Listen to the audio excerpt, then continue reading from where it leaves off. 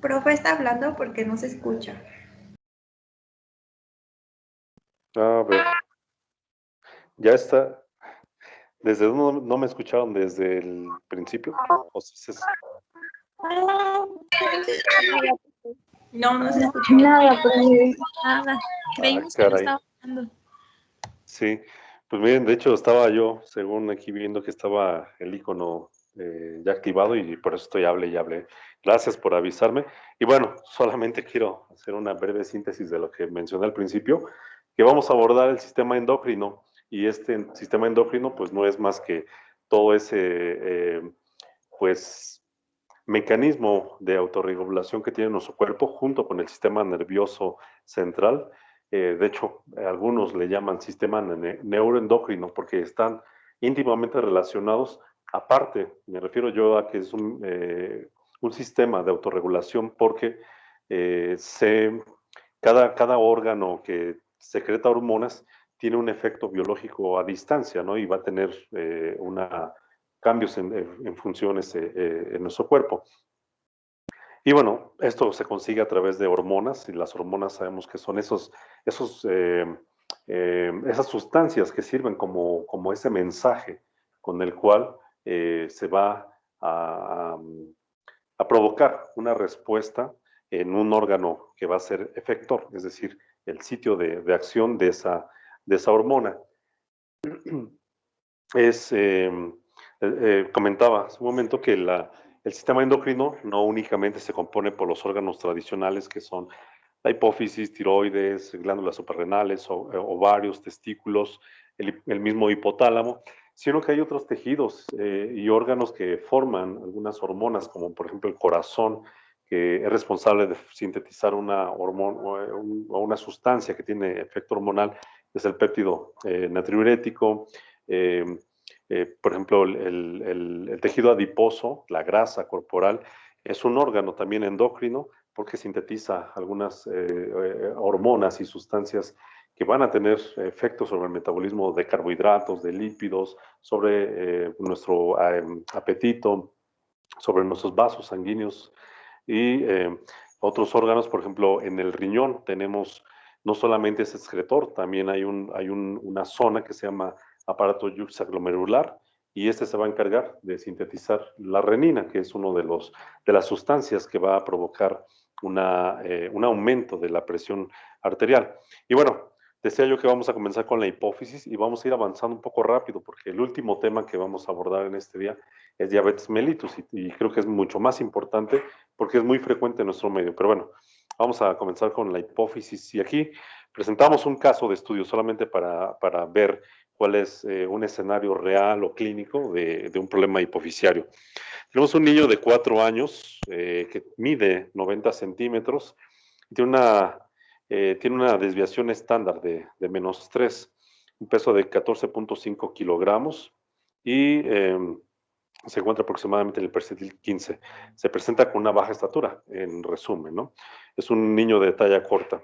La revisión de su historia clínica y la tabla de crecimiento demuestran que el peso al nacer y la longitud del nacimiento fueron normales, pero a partir de los 6 meses de edad comienza con la disminución progresiva de los percentiles en relación con lo que se esperaría para este niño, ¿no? Y aparte presenta ortostasis con enfermedades febriles y en el examen físico se encuentra con una talla baja, con obesidad generalizada, presenta en el examen genital testículos descendidos, pero están pequeños y tiene una longitud fálica, es decir, del pene, que tiene un menor tamaño del esperado. Las evaluaciones de laboratorio demuestran que tiene una deficiencia de la hormona del crecimiento, o GH, y del inglés, growth hormone, y una edad ósea de 18 meses, ¿no? Es una edad retrasada para la edad que presenta. Tiene y al paciente, pues bueno, se inició el reemplazo con hormona del crecimiento humana recombinante, o sea, es un producto farmacológico, a una dosis de 40 microgramos por kilogramo por día, por vía subcutánea. Después de un año de tratamiento, su velocidad de crecimiento ha aumentado de 5 a 11 centímetros por año. Y bueno, hasta aquí lo vamos a dejar, ¿no? Entonces vean ustedes cómo pues es un niño que dicen nació en condiciones normales de peso y talla, pero conforme va aumentando su edad, se observa una disminución de talla esperada para su edad, ¿no? Y después, bueno, pues se diagnostica precisamente un trastorno del crecimiento y se inicia un tratamiento a base de una hormona para poder estimular ese crecimiento en su talla, ¿no? Entonces, vemos aquí cómo precisamente la ausencia de una hormona, en este caso la hormona del crecimiento, provoca esa talla corta, pero cuando agregamos o suplementamos esa deficiencia con una hormona recombinante, bueno, pues comienza a provocar los efectos biológicos en el cuerpo, ¿no? Y bueno, hay una hay una relación, les decía yo, muy estrecha entre lo que es el sistema nervioso y el sistema endocrino. Algunos le llaman sistema neuroendocrino porque son aquellos los, que se encargan deme un segundo.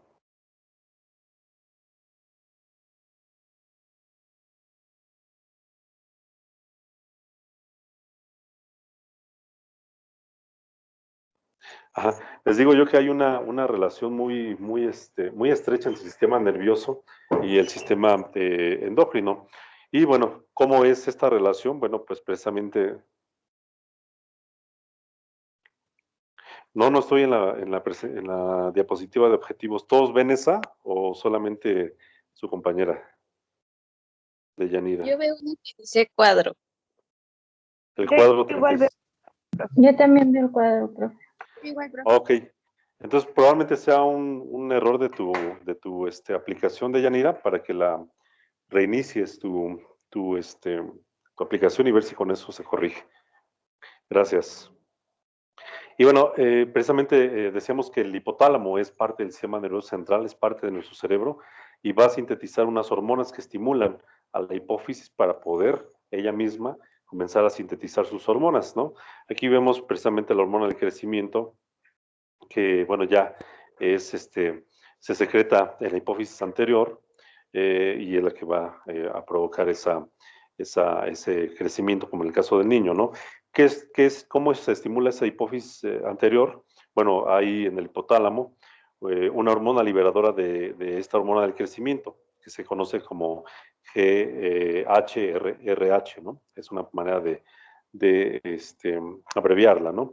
Y el órgano blanco, precisamente de la hormona de crecimiento, pues son hígado, huesos, músculo, riñón y otro tipo de tejidos, ¿no? Hay, tenemos hormona estimulante en tiroides y es precisamente la que va a estimular a este órgano para que sintetice las hormonas tiroideas. Tenemos a la hormona adrenocorticotropina, o ACTH, que va a estimular precisamente a las glándulas suprarrenales, la folículo estimulante o FSH y la hormona luteinizante que van a estimular a las gónadas, tanto masculinas como femeninas, y a la prolactina que ya se secreta en la neurohipófisis o en la hipófisis posterior y para la liberación de dopamina. Eso. Okay.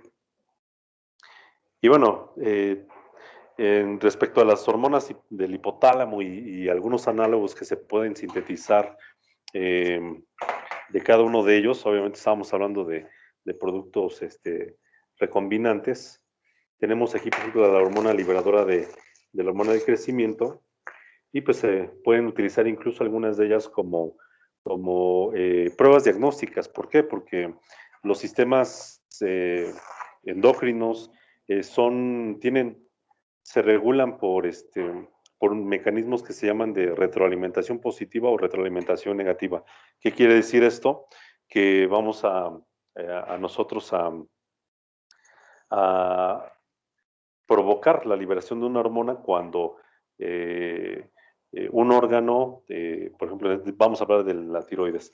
La tiroides, sus hormonas comienzan a disminuir en concentraciones sanguíneas. La hipófisis es estimulada para sintetizar hormona estimulante del tiroides y de esa manera pues se activa esa nueva síntesis. Deme un segundo, permítame.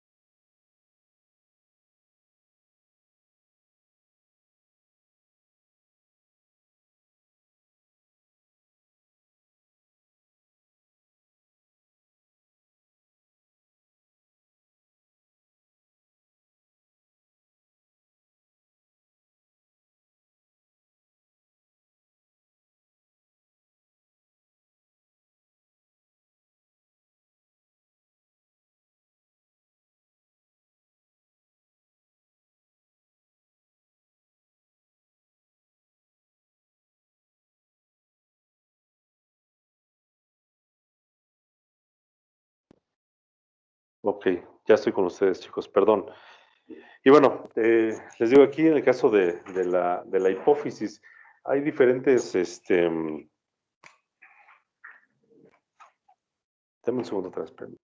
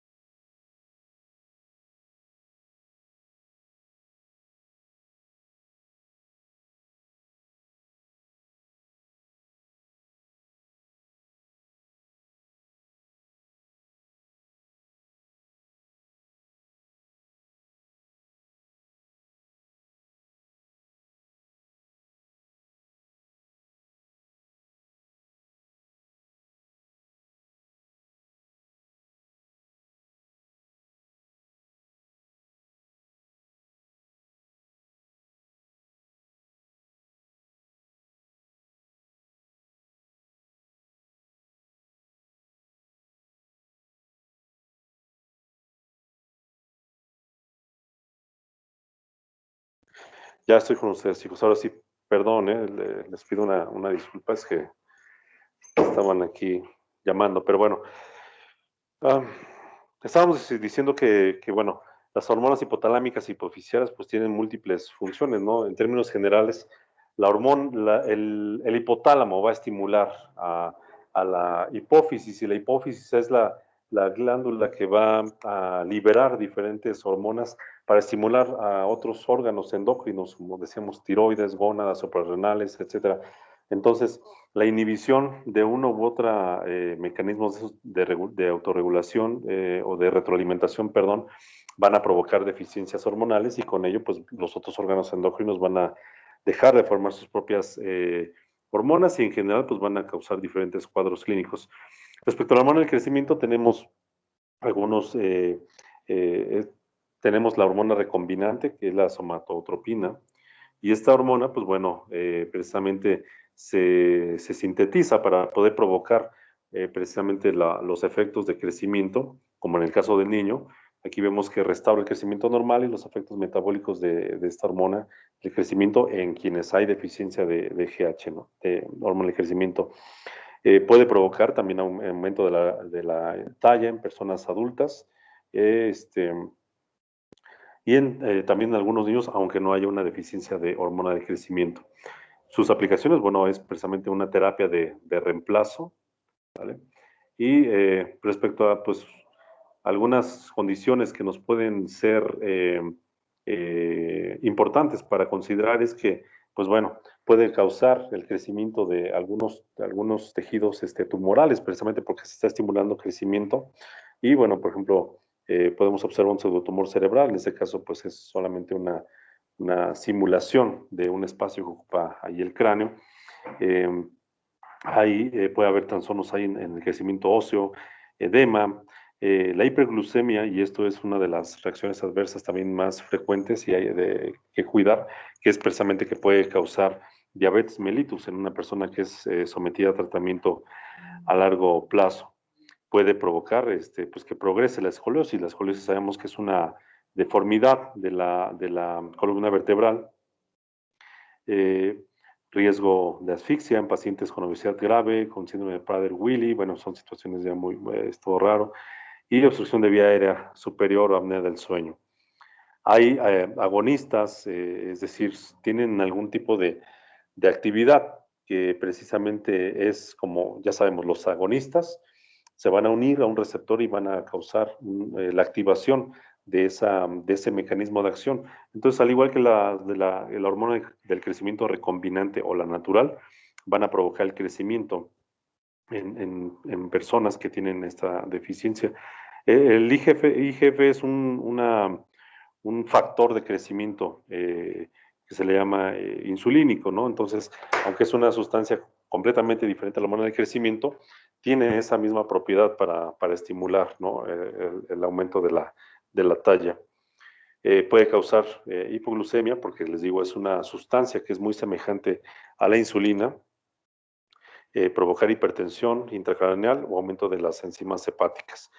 Y análogos de la somatostatina, bueno, este octrótido es también un producto usado comúnmente, y pues este es un antagonista, esto es un agonista de los receptores de esta hormona somatostatina, y de esta manera estamos hablando del hipotálamo, es decir, el hipotálamo produce la somatotropina, perdón, somatostatina. Y esa hormona va a estimular en la hipófisis la formación de hormona del crecimiento.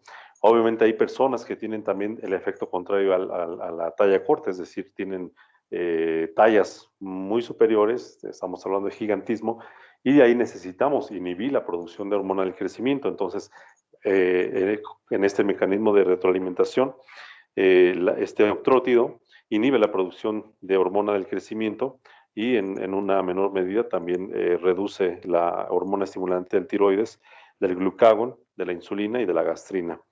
Y esto, pues su indicación es precisamente en aquellos pacientes que tienen datos clínicos de exceso de hormona del crecimiento, como es en la acromegalia, que es una persona que tiene una talla, o sea, es una persona gigante, podríamos decirlo, tiene aumento de, por ejemplo, sus manos son muy grandes, sus pies, tienen macroglossia, la lengua es muy grande, tienen organomegalias, o sea, el corazón es más grande, todo en ellos es un poco mayor al tamaño anatómico normal. ¿Por qué? Porque la hormona del crecimiento no solamente estimula los huesos y los músculos, sino también en general a los órganos, y por eso tienen estos problemas esos pacientes. Y bueno, pues este medicamento octrótido pues tiene la intención de bloquear los efectos de la hormona del crecimiento. ¿Vale? Y esto se administra por vía subcutánea o vía intravenosa, y puede provocar trastornos gastrointestinales, cálculos biliares, bradicardia y problemas en la conducción cardíaca.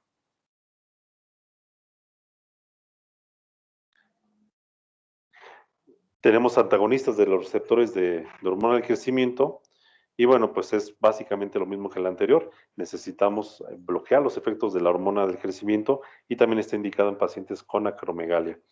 Las gonadotropinas, bueno, decíamos que hay una hormona que sintetiza la hipófisis, que es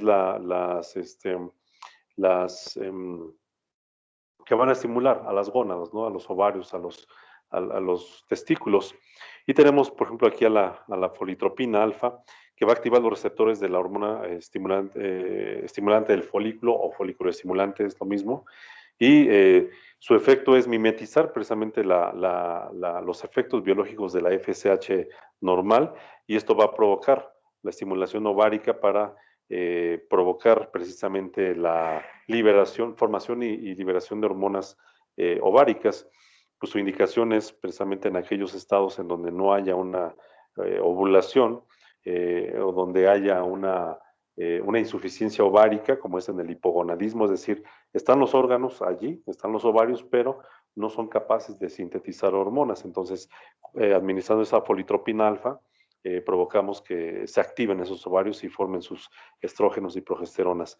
Y también en el hipogonadismo en los hombres, les digo, esa FSH estimula también a los testículos para formar pues espermatozoides y se administra también en forma subcutánea y puede provocar, obviamente, pues con un exceso, un síndrome de hiperestimulación ovárica o embarazos múltiples porque estamos provocando una mayor maduración de folículos y obviamente va a haber varios óvulos disponibles para la fecundación, por eso puede haber esos embarazos múltiples. Puede causar ginecomastia en hombres, dolor de cabeza, depresión y edema tanto en hombres como en mujeres. Existen también análogos de la hormona luteinizante. Y bueno, la gonadotropina coriónica humana. La gonadotropina coriónica humana solamente la observamos o nos resulta de mucho interés cuando, por ejemplo, hablamos del embarazo, ¿no? Es una hormona que se sintetiza en la placenta, pero que tiene un efecto precisamente para activar los receptores de hormona luteinizante, como la hormona luteinizante que tenemos de manera endógena. Está precisamente indicado también en iniciar la maduración de los ocitos y la ovulación durante la estimulación ovárica controlada, cuando buscamos precisamente ese efecto en pacientes con hipogonadismo y también nos es útil en pacientes varones, ¿no? También con hipogonadismo. Puede provocar también hiperestimulación ovárica, dolor de cabeza, depresión, edema en ambos casos.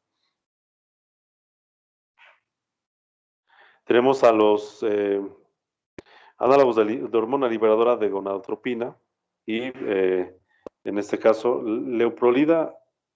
La leuprolida es es un agonista de los receptores de hormona liberadora de gonadotropina. ¿Esto que va a provocar? Aumenta la secreción de LH y FSH con una administración intermitente. Pero si se administra de manera prolongada, de manera continua, reduce la secreción de estas hormonas estimulantes. Esta leuprolida se utiliza en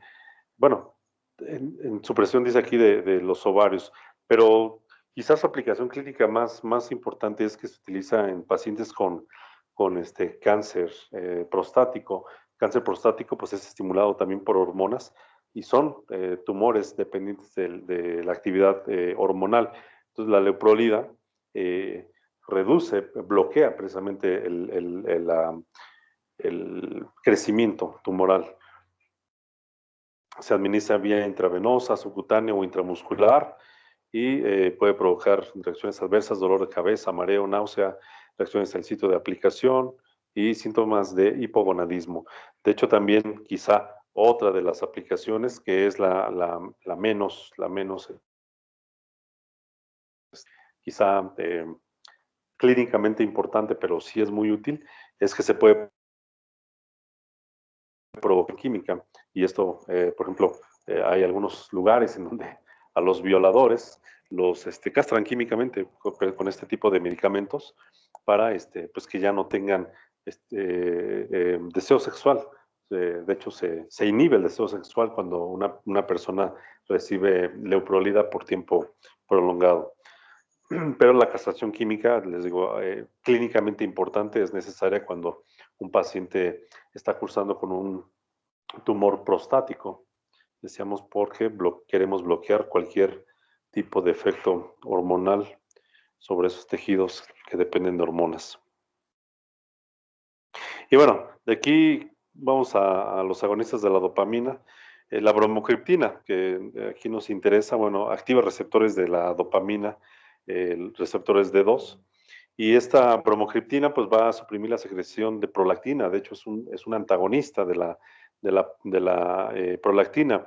Pacientes que tienen hiperprolactinemia, pacientes que tienen un tumor hipoficiario productor de prolactina, pues el tratamiento va a ser en base precisamente a bromocriptina. La bromocriptina suprime la lactancia, entonces está contraindicado en mujeres que se encuentren dando pecho porque simplemente no va a haber producción de leche porque, les digo, antagoniza a la prolactina, que es la hormona que se necesita para que las glándulas mamarias formen leche materna, ¿no?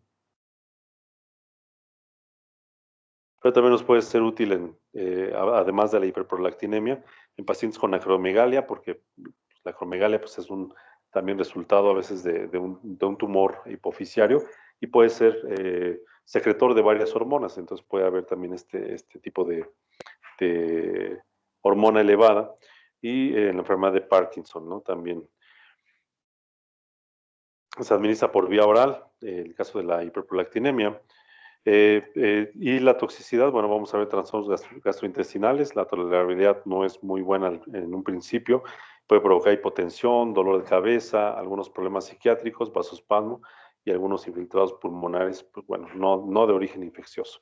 Estas son algunas hormonas de la neurohipófisis, ¿no? De la hipófisis posterior.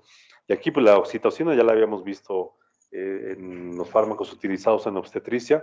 La oxitocina es una sustancia natural que va a estimular el tejido uterino para aumentar la contractibilidad durante el trabajo de parto. Entonces, sirve para inducir y para mantener el trabajo de parto y para controlar también la hemorragia que puede suceder en forma ya posparto, ¿no?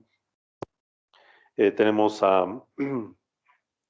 pues a los antagonistas de receptores de oxitocina, como el atosiban, precisamente para hacer el efecto contrario de la oxitocina, es decir, bloquear el trabajo de parto prematuro en pacientes que tienen esa situación.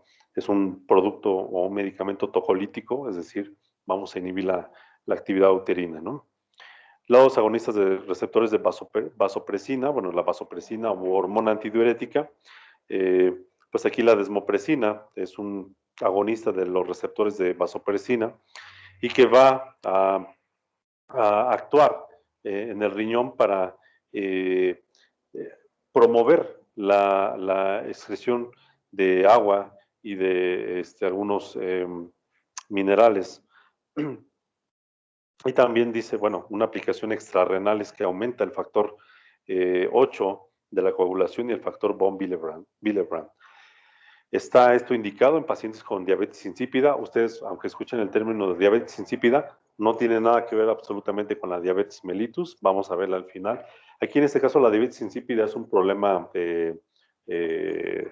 relacionado a la hormona, decíamos, vasopresina, que se caracteriza, sí, por una micción continua de grandes volúmenes de orina, pero no tiene absolutamente nada que ver con la glucosa, no hay hiperglucemia, no hay resistencia a la insulina, la diabetes insípida no va a ser tratada ni con insulina ni con ningún medicamento empleado para el tratamiento de la diabetes mellitus. Pero tenemos también antagonistas de esa hormona vasopresina, como el conivaptan. Esto antagoniza los efectos de esa hormona y se hace el efecto contrario, que es reducir la excreción renal de agua en algunas enfermedades que se asocian con el aumento de vasopresina. Y bueno, les digo, esto pues es algo ya muy especializado y también no es tan frecuente, ¿no? Quizás sea más frecuente, por ejemplo, ahorita sí, las enfermedades tiroideas. Aquí la glándula tiroides, vamos a ver este caso. Tenemos una mujer de 33 años que se presenta con una manifestación clínica caracterizada por fatiga y requiere echar varias siestas durante el día. Ha aumentado de peso, tiene intolerancia al frío, debilidad muscular en los últimos meses. Son síntomas nuevos. Antes decía que se sentía caliente y que notaba dificultad para dormir y podía comer cualquier cosa que quisiera sin aumentar de peso, pero bueno, ya vemos que eso no es así. Ya no es así. Le gustaría embarazarse, pero quizás no lo ha conseguido. Y debido a su mal apego al tratamiento con metimazol y propranolol, recibió tratamiento con yodo radioactivo y desarrolló un hipotiroidismo y comenzó con una administración de levotiroxina 100 miligramos al día. Otros medicamentos, se le administra calcio 3 veces al día, omeprazol, y en su examen físico se encuentra una mujer que tiene una presión de 130/89, un pulso de 50 latidos por minuto, un peso de 61.8 kilogramos y tuvo un aumento de 4.5 kilos en el último año. Su tiroides no es palpable y sus reflejos están un poco retrasados. En los estudios de laboratorio se encuentra un nivel de hormona estimulante del tiroides, o sea, es decir, la hormona hipoficiaria que estimula el tiroides para formar sus hormonas tiroideas, se encuentra de 24.9 microunidades internacionales, es decir, está por debajo del límite inferior normal, y un nivel de tiroxina libre de 8 picomoles por litro, también es decir, bajo del rango esperado. Y pues aquí nos encontramos con una paciente que en un primer momento tenía una enfermedad de hipertiroidismo. ¿Por qué? Porque decía que se sentía caliente, porque tenía dificultad para dormir y podía comer cualquier cosa sin aumentar de peso. Esos son algunos síntomas que caracterizan al hipertiroidismo.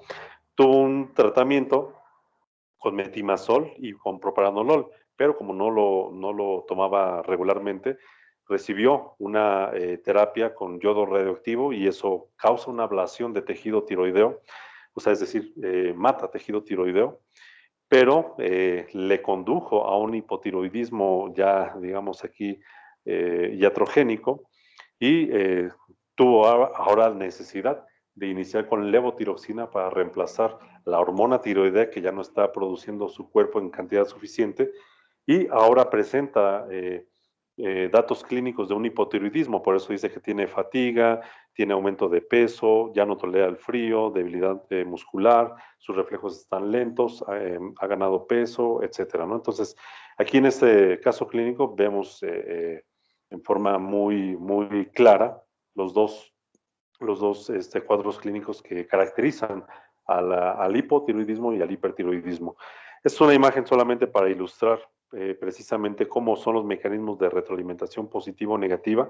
El hipotálamo, que es el que está en color como melón, es precisamente el órgano del sistema nervioso central que va a liberar unas hormonas como la somatostatina, la dopamina, la hormona estimulante del tiroides, y por ejemplo aquí estimula, hablando de la tiroides, libera la hormona estimulante del tiroides, y el tiroides va, perdón, el hipotálamo produce la hormona liberadora de la hormona estimulante del tiroides, ¿no? Entonces, esta hormona liberadora va a estimular a la hipófisis para que la hipófisis libere la hormona estimulante del tiroides, que vemos más abajo. Ya es el órgano que vemos abajo con el nombre de tiroides, produce sus enzimas, sus hormonas tiroideas, que son T3, T4, y estas, al aumentar las concentraciones en sangre, pues van a provocar que tanto el hipotálamo como la hipófisis reduzcan las cantidades que están produciendo cada una de sus hormonas estimulantes, ¿no? Pues del hipotálamo, la hormona liberadora de TSH, y en la hipófisis reduce la estimulación de TSH, ¿no? Suena un poquito confuso, pero solamente es para ilustrar que estos sistemas hormonales actúan, les digo, bajo estos mecanismos de retroalimentación, son autorregulables. Y bueno, en este cuadro vemos las diferentes manifestaciones clínicas que caracterizan a una persona con tirotoxicosis, que es un nombre empleado para decir hipertiroidismo, aunque bueno, la tirotoxicosis más bien clínicamente sería una manifestación de hipertiroidismo, pero no en todos los casos los pacientes tienen este cuadro. Y también del hipotiroidismo.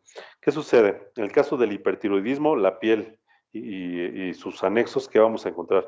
Es una piel que está caliente, se siente húmeda porque hay una mayor, se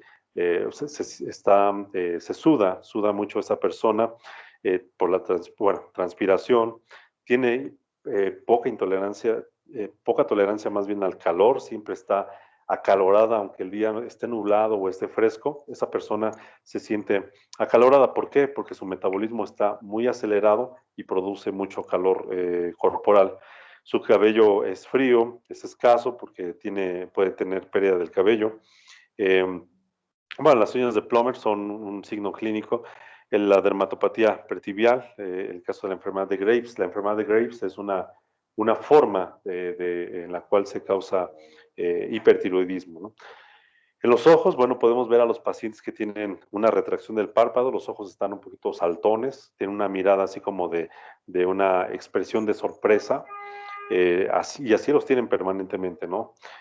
Pueden tener edema periorbital, exoftalmos, es decir, que los globos oculares estén protuidos, y diplopia, ¿no? Es decir, que tiene una visión doble, también característico en la enfermedad de Graves. En el sistema cardiovascular está disminuida la resistencia vascular periférica, aumenta el ritmo cardíaco, o sea, están con taquicardias, aumenta el volumen de sangre que se está inyectando continuamente, aumenta el gasto cardíaco, la presión del pulso, puede haber insuficiencia cardíaca de alto rendimiento, esto porque se está ejercitando continuamente el corazón, aumenta los efectos inotrópicos y cronotrópicos, puede provocar arritmias y angina de pecho, ¿no? Entonces, en términos generales podemos decir que un paciente con hipertiroidismo, su vida está en cámara rápida, ¿no? Todo es más acelerado en ellos. Hay problemas gastrointestinales, sí, también aumenta el apetito y a pesar de que consuma muchos alimentos, no va a ganar peso tan fácilmente. Aumenta la frecuencia de las evacuaciones, es decir, pueden tener diarreas, episodios diarreicos, o no necesariamente diarrea, pero sí tener varios movimientos intestinales durante el día e hipoproteinemia. El sistema nervioso central es una persona que es nerviosa, es inquieta, es ansiosa, es hiperkinética, o sea, siempre tiene que estar haciendo algo, son muy irritables y pueden también tener episodios de agitación, ¿no? ¿Y qué sucede en el caso del hipotiroidismo? Todo lo contrario, aquí la persona tiene ausencia de hormonas tiroideas y toda su vida transcurre en cámara ultralenta. La piel, podemos ver que esa piel es pálida, es fría, está hinchado, se ve una coloración amarillenta, el cabello se encuentra seco y quebradizo, uñas quebradizas, ¿no? Entonces, estas personas no toleran el frío, a pesar de que los vea uno que están gorditos, estén aumentados de peso, no toleran el frío. Entonces, así puede estar el día soleado, pero si se van a un lugar donde está la sombra, enseguida comienzan a tener mucho frío porque su metabolismo es tan lento que no provoca el suficiente calor corporal para que le mantenga a gusto, ¿no? También puede haber, en este caso, algo que se llama mixedema en los pacientes. Los ojos se ven como cuando uno despierta y no podemos abrir los párpados porque los tenemos un poco hinchados, pero ellos lo tienen permanentemente, ¿no? Sus ojos se ven un poco cerrados, los párpados se ven así como caídos, pues ese edema periorbital es precisamente el mixedema. Eh, Puede haber, dice aquí, una pérdida de la porción temporal de la ceja, es decir, caer un poquito del vello. Edema facial, sin fobia, es decir, no va a quedar allí una marca de nuestro dedo si nosotros presionamos un área edematizada. Glositis, o sea, la lengua está inflamada, y disfonía, la voz se comienza a ser muy gruesa, como ronca. Los pacientes hipotiroideos tienen la voz ronca. Tienen un aumento de la resistencia vascular periférica, es decir, que puede haber hipertensión, disminuye su ritmo cardíaco, o sea, pueden estos pacientes tener bradicardia, late su corazón muy lentamente, disminuye el volumen sistólico, el volumen de sangre, disminuye el gasto cardíaco, disminuye la presión del pulso, pueden tener insuficiencia cardíaca, pero por bajo gasto. Su electrocardiograma, ya decía hace un momento, puede causar bradicardia. Su intervalo PR, que es, bueno, son ondas, van a estar también prolongados, la T aplanada, va a tener un bajo voltaje y puede haber derrame pericárdico, así como también derrames pleurales, tener hipoventilación, retención de CO2 y apnea del sueño. Su apetito está disminuido, fácilmente estas personas se sienten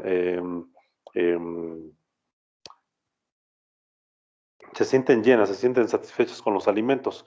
Sus movimientos intestinales son lentos y puede ser que incluso tengan estreñimiento y pueden tener ascitis. Y bueno, en su estado general, pues son personas que están aletargadas, se sienten cansadas, no tienen fuerza, son muy lentos en sus procesos cerebrales y vemos que les cuesta trabajo recordar las cosas, se sienten confusos, sus reflejos están también disminuidos y puedes tú decirle, piensa rápido y le avientas un objeto y no son capaces de detenerlo porque, les digo, su vida transcurre en cámara lenta. Se sienten débiles, pueden tener neuropatías y calambres musculares. Entonces, vean aquí lo padre de las enfermedades tiroideas relacionadas al exceso o a la deficiencia de esas hormonas.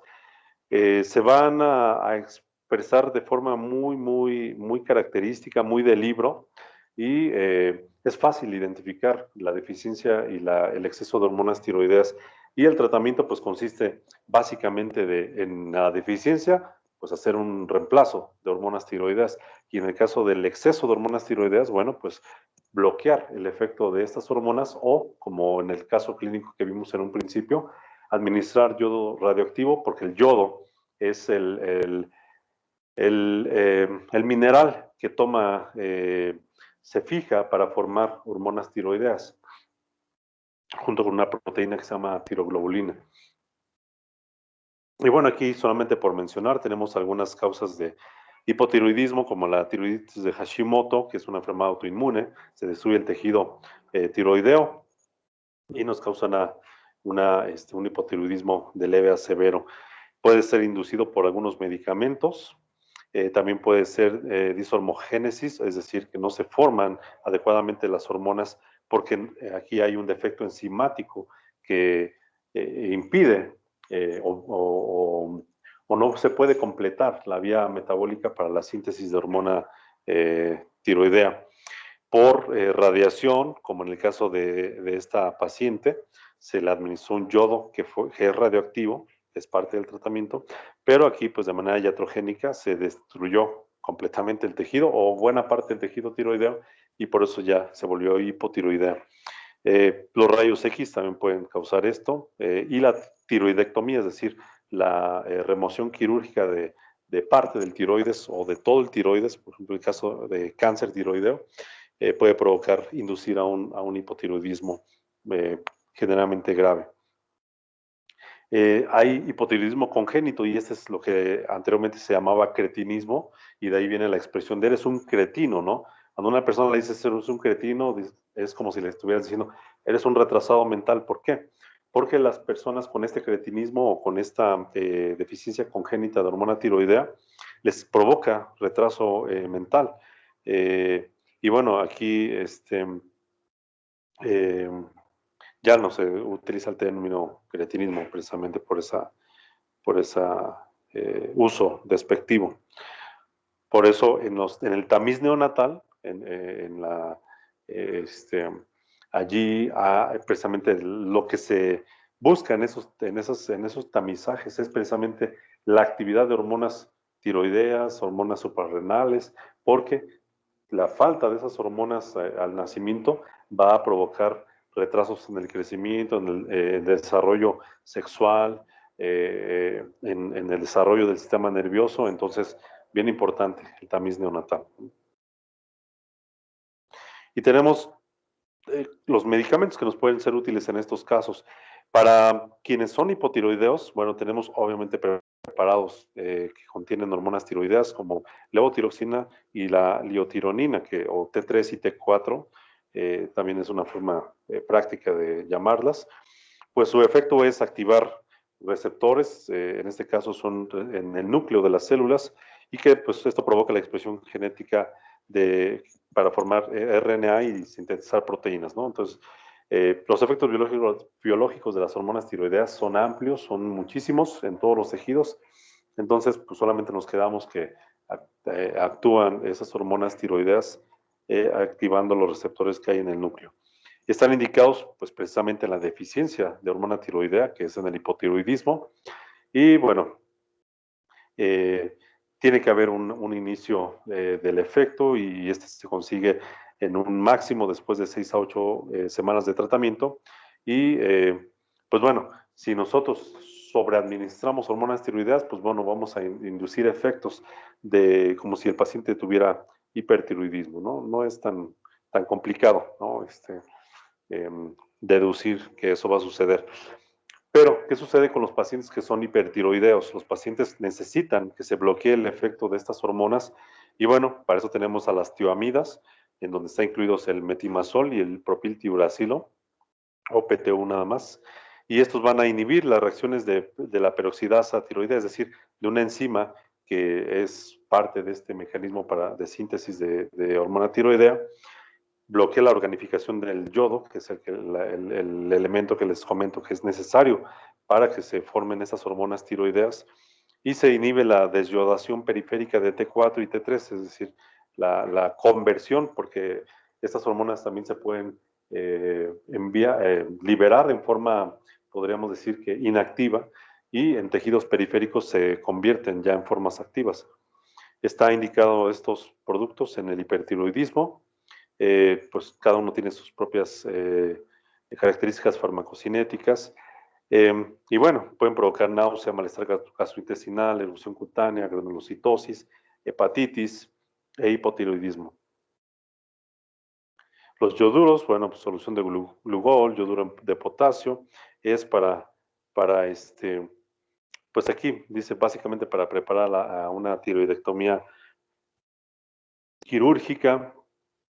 Los betabloqueadores son, ustedes ya los hemos conocido en el tema de la insuficiencia cardíaca, entre otras cosas porque tienen efectos a nivel del tejido cardíaco, vasos sanguíneos, etcétera. También tienen utilidad en los pacientes con hipertiroidismo. En este caso, se inhiben los receptores beta-adrenérgicos por los betabloqueadores y de esta manera se inhibe la conversión también de T4 a T3. O sea, sí tiene una actividad sobre la formación de estas hormonas tiroideas, pero en el hipertiroidismo les digo que se caracteriza por presentar taquicardias, por tener riesgo de arritmias, y estos betabloqueadores pues también nos pueden ayudar en esos casos, ¿no? Y el yodo radioactivo, bueno, decíamos como en el caso clínico, pues destruye la radiación del tejido tiroideo. ¿Por qué? Porque ese yodo lo va a captar el tiroides para sintetizar sus hormonas, pero al momento en que se capta y se fija exclusivamente en ese tejido tiroideo, pues se va a destruir por efecto de la radiación. Está indicado en el hipertiroidismo y si la dosis es mayor a la requerida, pues se puede inducir a un hipotiroidismo iatrogénico. Las glándulas suprarrenales, bueno, pues son este tejido endocrino que se localiza precisamente sobre los riñones, por eso se llaman suprarrenales. Son hormonas, son sitios en donde se van a llevar a cabo la síntesis de los glucocorticoides, de los mineralocorticoides, de todas esas hormonas esteroideas que van a tener, como lo vimos en el tema de la farmacoterapia de la respuesta inmune, van a tener efectos biológicos sobre prácticamente todos nuestros tejidos, ¿no? Entonces son amplísimos. Vamos a ver aquí un caso donde nos dice que un hombre de 19 años de edad se queja de anorexia, fatiga, mareos, pérdida de peso durante 8 meses. Pues su médico dice que realiza un examen físico y descubre que tiene hipotensión postural u ortostática, vitiligo moderado, y lo somete a exámenes de sangre de rutina.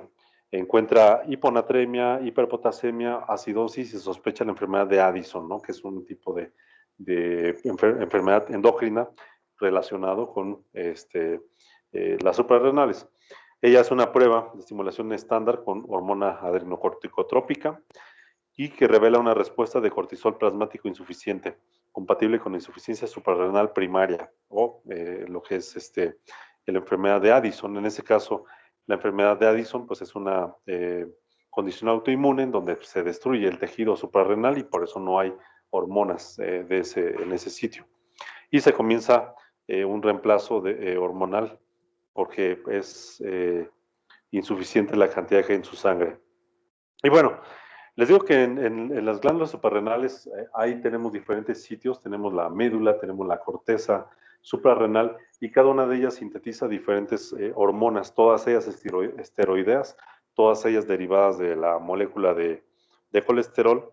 Y aquí tenemos una lista de los medicamentos que ya conocemos, glucocorticoides, que está separado por su acción en cuestión a la duración y las vías de administración. Y bueno, entonces, solamente por mencionar, hidrocortisona, cortisona, prednisona, todos aquellos productos que vimos anteriormente que tenían propiedades antiinflamatorias, tenían propiedades para reducir, inmunosuprimir, principalmente ¿no? para ese tema de la respuesta inmune, pero también, como lo vimos ahora en el caso clínico, tienen también el propósito de reemplazar esas hormonas cuando hay una deficiencia, ya sea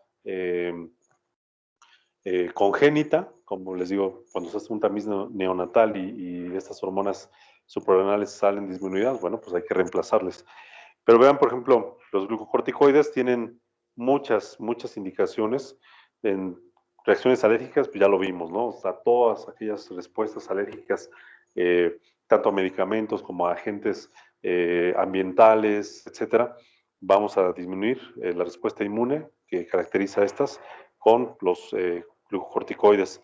Trastornos colágeno-vasculares, o sea, enfermedades autoinmunes que están relacionadas al colágeno, como lupus eritematoso, etcétera, artritis reumatoide, etcétera, también son indicaciones de estos productos. Enfermedades de los ojos, como la uveitis aguda, conjuntivitis alérgicas, etcétera.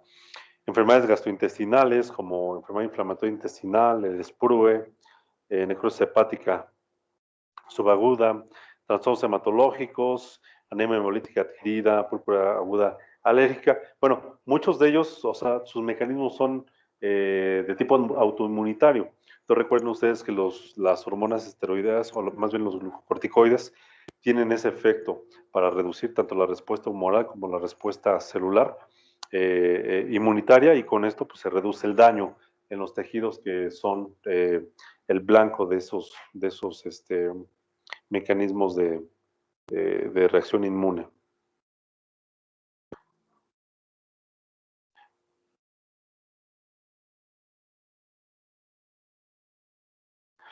Y bueno, vamos a brincarnos a las gónadas.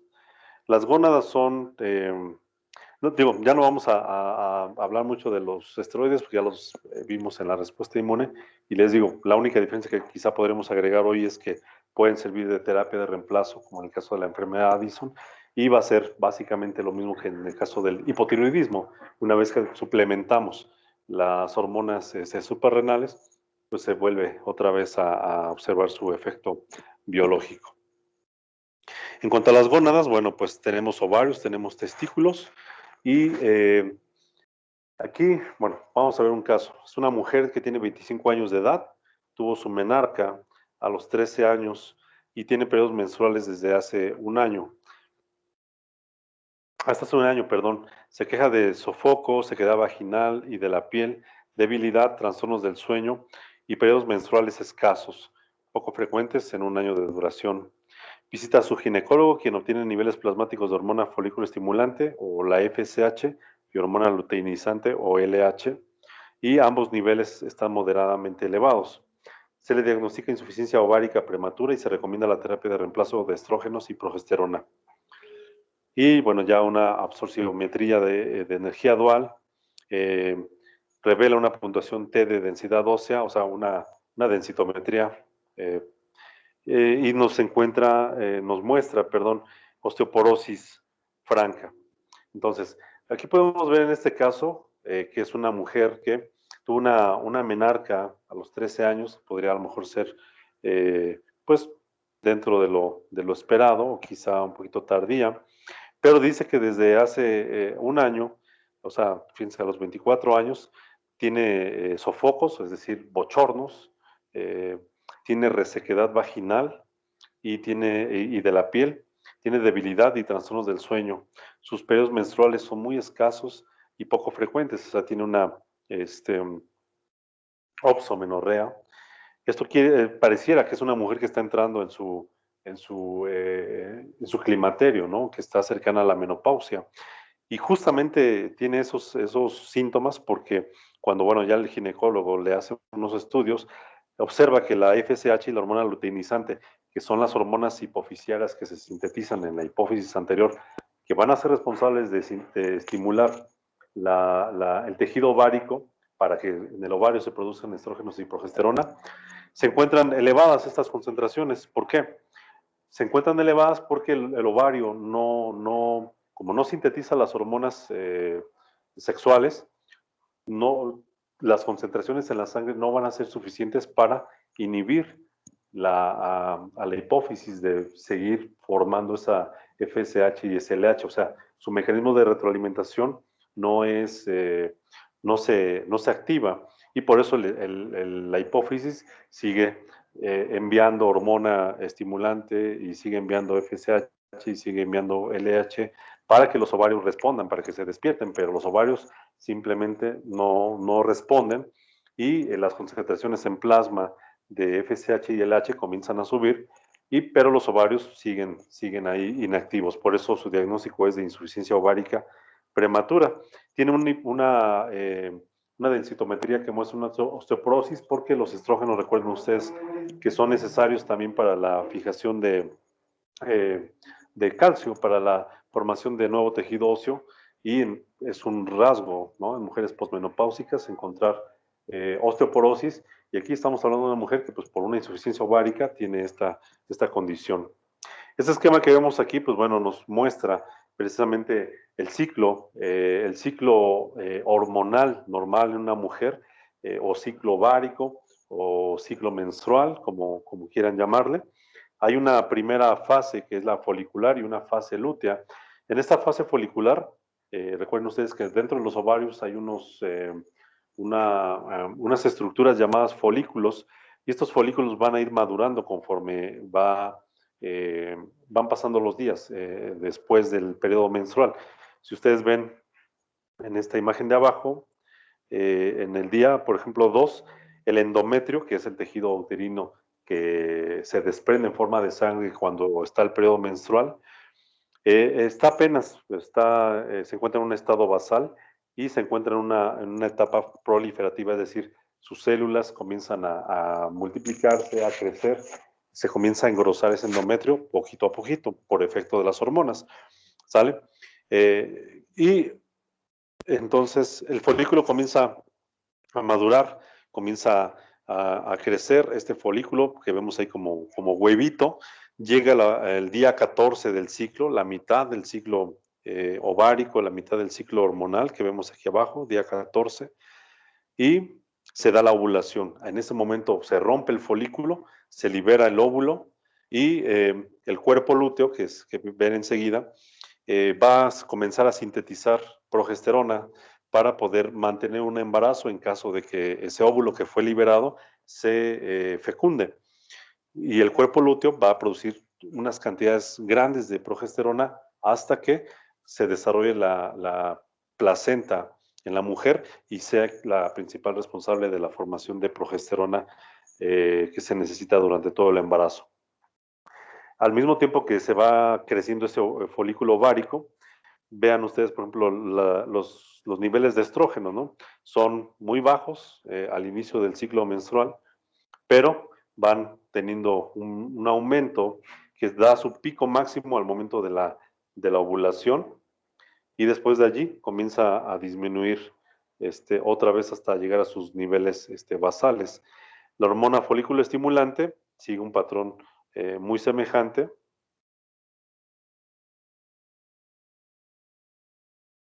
El E2, aquí es el estradiol, que es un estrógeno.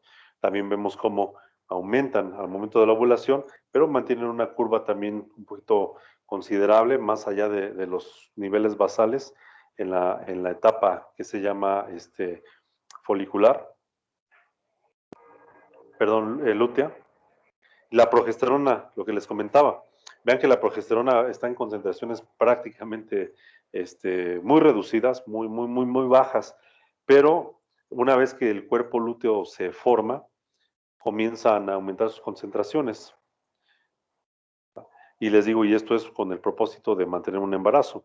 Si no hay un embarazo, entonces caen abruptamente las concentraciones de progesterona y eso es lo que provoca que el tejido endometrial que se había engrosado para que allí, si se fecundaba el óvulo y se formaba ya el cigoto, se puede decir que el nuevo ser llegaba a ese endometrio, allí se iba ya a enganchar, a anidar para poder ir creciendo poco a poco hasta formar lo que se llama el blastocisto y después ya el embrión y más adelante pues el feto junto con su placenta, ¿no? Se va a enganchar precisamente en ese tejido endometrial donde van a haber muchos vasos sanguíneos para que la placenta se pueda nutrir. Pero si no se da, con esa caída bruta de la progesterona se produce la menstruación. Y bueno, el tratamiento pues tenemos diferentes formas de aplicación de las hormonas sexuales. Los estrógenos pues van a ser dirigidos precisamente al reemplazo hormonal en mujeres que tienen una insuficiencia ovárica o mujeres que ya sea insuficiencia ovárica prematura, como el caso de la mujer de 24 años de nuestro caso clínico, o también en el caso de mujeres que son posmenopáusicas, pero que tienen muchos síntomas clínicos que hacen necesaria la terapia de reemplazo hormonal, cuáles como la misma osteoporosis, quizá son muy sintomáticos los cambios de humor, los bochornos, los problemas cardiovasculares también. Las mujeres después de la menopausia tienen el mismo riesgo que los hombres de tener eventos cardiovasculares, ¿vale? Entre los estrógenos, pues tenemos al estradiol, al mismo que se sintetiza de manera natural en el cuerpo, y pueden haber diferentes sales, ¿no? Valerato, cipionato, el etinilestradiol, que está generalmente combinado en los preparados anticonceptivos, el mestranol, la equilina, sulfato de estrona. Y hay compuestos no esteroideos, son estos sintéticos, como el dietilestilbestrol, el bisfenol A y la genisteína. Recuerden ustedes que el dietilestilbestrol lo hablamos durante el tema de obstetricia porque estaba asociado precisamente con la inducción de cáncer en mujeres, pues en niñas más bien, en niñas que sus madres recibieron el etilestilbestrol durante el embarazo y las recién nacidas pues ya tenían una teratogénesis que era, en este caso, causar un tumor genital. Los estrógenos pues están indicados en el tratamiento de reemplazo en mujeres posmenopáusicas. Son parte de los anticonceptivos orales. Hay diferentes tipos de combinaciones. Todos ellos siguen tratan de simular ese ciclo hormonal que vimos en el esquema, de que los estrógenos alcancen diferentes concentraciones durante el ciclo.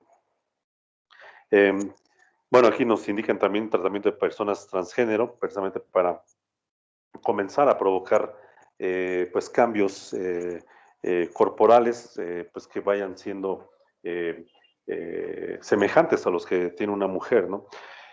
Dependiendo de la preparación, pues pueden estar para administración oral, parenteral, transdérmica o tópica, hablando, por ejemplo, incluso hasta de geles que se aplican vía intravaginal. Se unen a receptores de estrógenos y bueno, hay que emplear dosis bajas porque también, pues, les digo, son hormonas y pueden tener repercusiones, ¿no? Principalmente a los estrógenos siempre se les va a asociar el riesgo de tromboembolismo. Por eso es que mujeres que tienen varices, que tienen insuficiencia venosa crónica o periférica, están contraindicados los anticonceptivos hormonales que contengan estrógenos por este riesgo de tromboembolismo, porque si ya por sí misma la insuficiencia venosa es trombogénica, pues si todavía agregamos estrógenos, aumentamos ese riesgo y las mujeres podrían llegar a experimentar tromboembolismo pulmonar principalmente. Entre los, si buscamos el efecto contrario, es decir, que queremos bloquear la actividad de los estrógenos, bueno, tenemos a los llamados antiestrógenos o, como dicen aquí, moduladores selectivos del receptor de estrógeno. ¿Cuáles son? Tamoxifeno, raloxifeno, toremifeno. Aquí en nuestro país, pues es más común el tamoxifeno y raloxifeno. Y estos van a estar indicados principalmente en pacientes que tienen algún tipo de tumor, algún tipo de cáncer dependiente de estrógenos, como cuál, cáncer de mama. Entonces, parte del tratamiento, aunque estos no son como tal quimioterapias, el hecho de que sean antiestrógenos ayuda a que ese tejido tumoral no crezca por efecto de la estimulación de los estrógenos sobre los receptores para los estrógenos que tiene ese tejido mamario canceroso. Por su actividad antiestrogénica, bueno, puede tener diferentes también propiedades en los tejidos, no nada más en el mamario. Sucede lo mismo con el raloxifeno.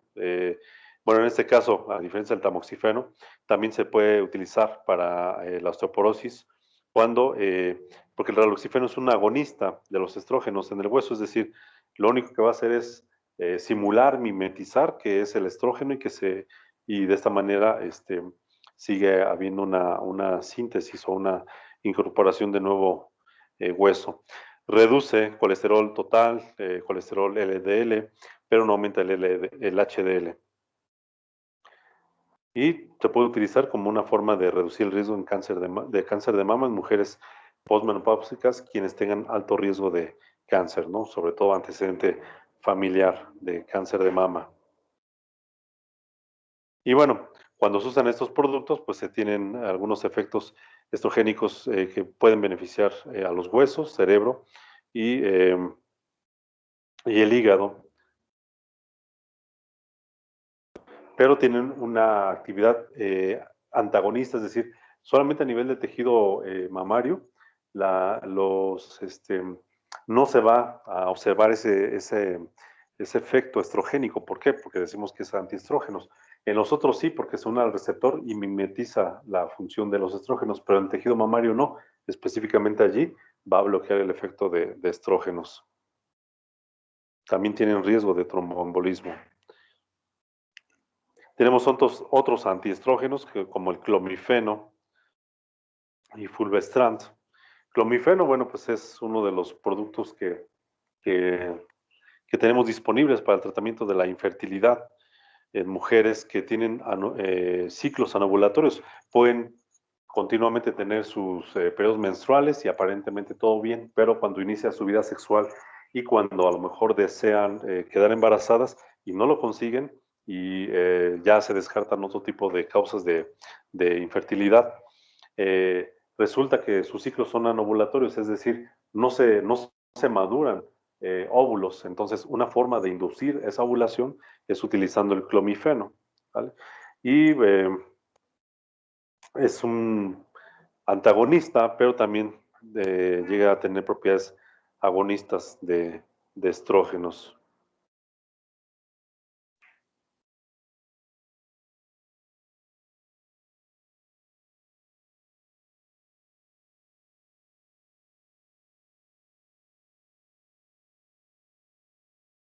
Y bueno, hay otras sustancias como los agonistas y antagonistas de la hormona liberadora de gonadotropinas, y bueno, ya habíamos hablado de la leuprolida, antagonistas de esta hormona liberadora de gonadotropinas. Vamos a pasarlas, como sabe, va a estar en la diapositiva para que las chequen.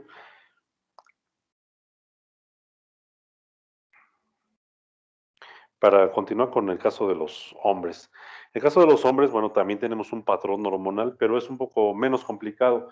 ¿Por qué? Porque no es cíclico como en el caso de las mujeres, ¿no? Que durante cada mes va a haber ahí diferentes niveles hormonales de estrógenos, progesterona, folículo estimulante, LH, etcétera. el caso de los hombres, las concentraciones más bien se mantienen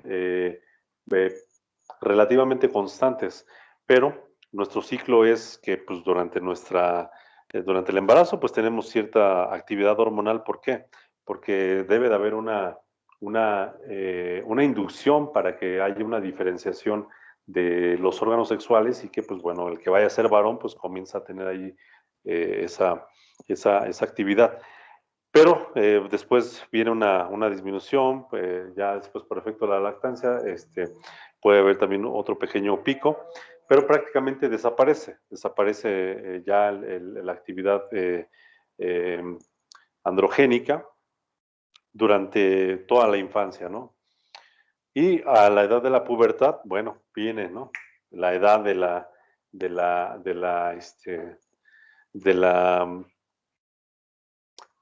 pues de la inquietud sexual, ¿no? En los varones. ¿Por qué? Porque las concentraciones de hormonas androgénicas son sumamente altas, ¿no? Y se mantienen así ya a lo largo de la vida, ¿no? Entonces, y después de ahí, pues viene un descenso ya a partir de la edad adulta y que va siendo pues cada vez menor, pero no cae completamente, sino que siempre se mantiene esa formación de hormonas androgénicas. Y bueno, ¿qué vamos a hacer con las hormonas masculinas? Bueno, también podemos tener deficiencia de hormonas androgénicas por casos de insuficiencia gonadal, o sea, como el caso del niño de la hipófisis, ¿no? Decía ahí, tenía los testículos descendidos, pero estaban disminuidos en tamaño, o sea, y quiere decir que pues, si están disminuidos de tamaño, hay una hipoplasia, ¿no? Hay una reducción del tamaño esperado y por lo tanto pues no va a haber una madurez y no va a producir la misma cantidad de hormonas androgénicas. Entonces se debe de hacer un reemplazo, ¿no? Y para ello tenemos, por ejemplo, a los ésteres de la testosterona, como el enantato de testosterona, cipionato de testosterona, etcétera, ¿no? Diferentes sales de la misma hormona testosterona. En todos los casos, su tratamiento es para el hipogonadismo masculino y hay diferentes formulaciones. Hay para administración parenteral, o sea, intramuscular. Puede haber algunos que son incluso preparaciones tópicas, ¿no?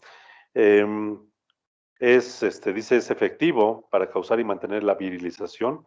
Las fluctuaciones en las concentraciones provocan fluctuaciones también en la energía, es decir, la persona de repente se puede sentir con mucho vigor, con mucha fuerza, pero si caen tantito sus niveles, comienza a sentirse débil. El estado de ánimo y la libido, ¿no? Es lo mismo, ¿no? O sea, somos seres hormonales, entonces, si las hormonas están elevadas, pues tenemos mayor efecto. Si están disminuidas, bueno, se nos ve abatido, ¿no? Eso que muchos dicen, ¿no? Que las mujeres son hormonales, nosotros también, los varones también. Y precisamente aquí vemos cómo, aun cuando se reemplaza, pequeños cambios nos pueden provocar esa disminución del deseo sexual. Hay disponible, les digo, algunas preparaciones en geles, en implantes, y eso pues obviamente nos permite una administración constante y continua de estas hormonas esteroideas. ¿Vale? Las de abajo son exactamente lo mismo. Pero tenemos también, por ejemplo, andrógenos 17-alfa alquilados. Bueno, 17-alfa quiere decir que es una parte de la síntesis de las hormonas sexuales. Tenemos aquí al danazol y hasta estanolol. El danazol, más comúnmente, ¿no? Se utiliza en el tratamiento de angioedema, anemia hemolítica, profilaxis de angioedema, endometriosis, enfermedad de mama fibroquística, ¿no? Masopatía fibroquística. Hay riesgo de hepatotoxicidad. Análogos de la hormona liberadora de gonadotropinas, pues ya vimos allí, leoprolida, etcétera, ¿no? Y que dice, lo habíamos visto, están indicadas en el tratamiento de cáncer prostático metastásico porque, al igual que el tejido mamario, con los estrógenos, el tejido prostático tiene receptores para la testosterona y si se sobreestimula, pues bueno, vamos a provocar que el cáncer aumente mucho más. Entonces, bloqueando los efectos de los andrógenos, se reduce también la posibilidad de que ese tumor crezca y se reproduzca más rápidamente. La leprolida pues también está aprobada para tratar la endometriosis, pubertad precoz, cáncer prostático y el leiomioma uterino o los miomas uterinos, ¿no? El caso de la goserelina también está indicado en sangrado uterino disfuncional y endometriosis. Y bueno, se administran todas ellas por administración parenteral en forma intramuscular o subcutánea. Suprime la secreción de hormonas liberadoras y por lo tanto causa un hipogonadismo profundo. Por eso les digo que la indicación no autorizada es, les digo, en prisión a violadores en algunos lugares del mundo, se les aplica, se les administra a estos varones y de esta manera se les reduce el deseo sexual y obviamente pues las ganas de seguir haciendo de las suyas, ¿no? Antagonistas de receptores de andrógenos, bueno, flutamida, bicalutamida, nilutamida, enzalutamida. Aquí pues más comúnmente la bicalutamida. Se utilizan como tratamiento adyuvante al cáncer prostático porque se bloquea otra vez el efecto de los andrógenos, pero aquí porque son antagonistas del receptor de esta hormona. Inhibidores de la 5-alfa reductasa, bueno, tenemos a la finasterida, la dutasterida. Estos son sustancias que van a bloquear un poco la síntesis de las hormonas sexuales y esto nos permite, por ejemplo, usarlos como tratamiento para el caso de la hiperplasia prostática benigna, ¿no? Y también en el caso de la finasterida, bueno, también es parte de los tratamientos dermatológicos autorizados para la alopecia junto con el minoxidil, que es un medicamento utilizado, puede ser como antihipertensivo, como antianginoso,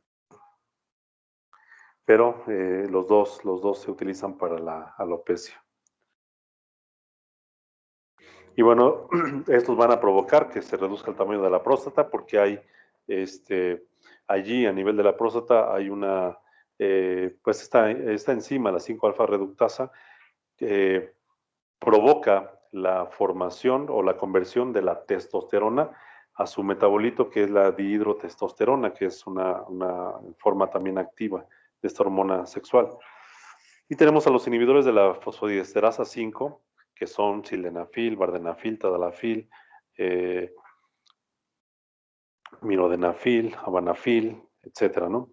Todos ellos están indicados en la disfunción eréctil, en el caso de la hipertensión arterial pulmonar solamente, sildenafil y tadalafil. Están contraindicados en pacientes que estén tomando vasodilatadores porque van a provocar una caída muy profunda de la presión arterial y bueno, por eso el sildenafil, que antes se promocionaba mucho y todo el mundo decía, la pastillita azul, y venía a cambiar la vida de los hombres que pues ya no conseguían tener una erección satisfactoria. Pues bueno, resulta que algunas personas pueden llegar a morir por esto, ¿no? ¿Por qué? Porque si se encuentran con tratamientos vasodilatadores principalmente, pero sobre todo, ¿no? Pacientes con hipertensión, con enfermedades coronarias, pueden tener complicaciones, ¿no? Efectos secundarios de estos productos pueden provocar dolor de cabeza, sofocos y pueden tener alteraciones transitorias de la visión. Se ve como color verdoso el ambiente. Y pues bueno, se supone que están diseñados estos medicamentos en el caso de la insuficiencia, perdón, de la disfunción eréctil, pues a provocar una erección sostenida. Pero cuando esta erección dura más de 4 horas, eso ya es una condición patológica que se llama priapismo.